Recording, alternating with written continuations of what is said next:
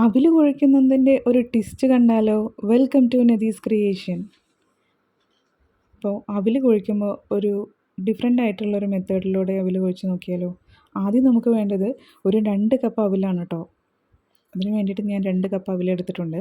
അതിലേക്ക് ഉപയോഗിക്കാനായിട്ട് 1 കപ്പ് അരിപ്പൊടി, പാല്, പിന്നെ 1 മുറി തേങ്ങ. പിന്നെ എടുത്തിരിക്കുന്നത് ശർക്കരയാണ്. ഇവിടെ ഞാൻ ഇത്രയും സാധനങ്ങൾക്ക് വേണ്ടി എടുത്തിരിക്കുന്ന 6 ശർക്കരയാണ്. 6 പീസാണ്, വലിയ പീസ്. നിങ്ങൾ നിങ്ങളുടെ ടേസ്റ്റിനനുസരിച്ച് എടുക്കാം.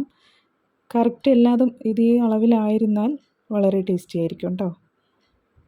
അപ്പോൾ ഈ പാല് കൊണ്ട് ഞാൻ ഈ അരിപ്പൊടി ഒന്ന് മിക്സ് ചെയ്തെടുക്കാൻ പോവാണ്. അപ്പോഴേക്കും കണ്ടല്ലോ, ഞാൻ ആ ശർക്കര ഒന്ന് അലിയാൻ വേണ്ടിയിട്ട് അടുപ്പിൽ വെച്ചിട്ടുണ്ട്. ഒരല്പം വെള്ളം ഒഴിച്ചിട്ട് അതിലേക്ക് ഞാൻ 1.5 കപ്പ് വെള്ളമാണ് ഒഴിച്ചിട്ടുള്ളത്. ഇനി ഞാൻ ഈ പേസ്റ്റ് പോലെ ആക്കിയിരിക്കുന്ന അരിപ്പൊടി ഉണ്ടല്ലോ, പാലൊഴിച്ചിട്ട് അതും കൂടെ അതിലേക്ക് ചേർത്ത് കൊടുക്കുകയാണ്. ഒരു 3 ഏലക്ക കൂടി ചേർത്ത് കൊടുത്തിട്ടുണ്ട്.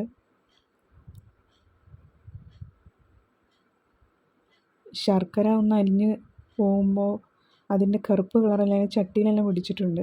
ഒരു പഴയ ചട്ടിയാണ് ഞാൻ ഉപയോഗിച്ചിരിക്കുന്നത് കേട്ടോ. അപ്പോൾ ഞാൻ ഈ ശർക്കരയിലേക്ക് കുറേശ്ശെ ആയിട്ടാണ് ഈ അരിപ്പൊടി ചേർത്ത മിശ്രിതം ചേർത്ത് കൊടുക്കുന്നത്. കട്ടയാവാതിരിക്കാൻ വേണ്ടിയിട്ടാണ് കേട്ടോ. അത് ഒപ്പം ഇളക്കി കൊടുക്കണം.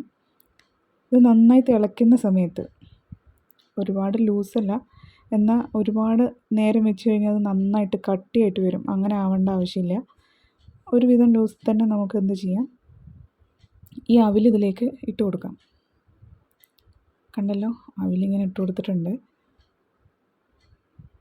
കുറേശ്ശെ ആയിട്ട് തന്നെയാണ് അവിലും ഞാൻ ഇട്ട് കൊടുക്കുന്നത്.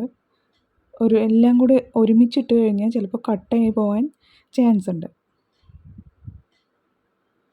ഇനി ഞാൻ എടുത്ത് വെച്ചിരിക്കുന്ന അവിലെല്ലാം അതിലേക്ക് ഇട്ട് കഴിഞ്ഞു.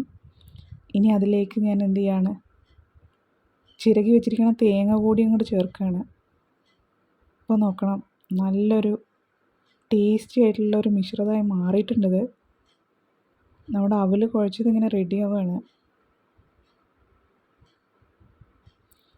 ഇതിൽ ഇഷ്ടമുള്ളവർക്കാണെങ്കിൽ നെയ്യിലല്പം അണ്ടിപ്പരിപ്പ് മുന്തിരിയൊക്കെ അങ്ങ് ചേർത്ത് കൊടുക്കാം കേട്ടോ, വറുത്തിട്ട്. അല്ലാത്തവർക്ക് ഇങ്ങനെ തന്നെ യൂസ് ചെയ്യാം. വളരെ ടേസ്റ്റിയാണ്. എല്ലാവരും ട്രൈ ചെയ്ത് നോക്കുക. Thanks for watching.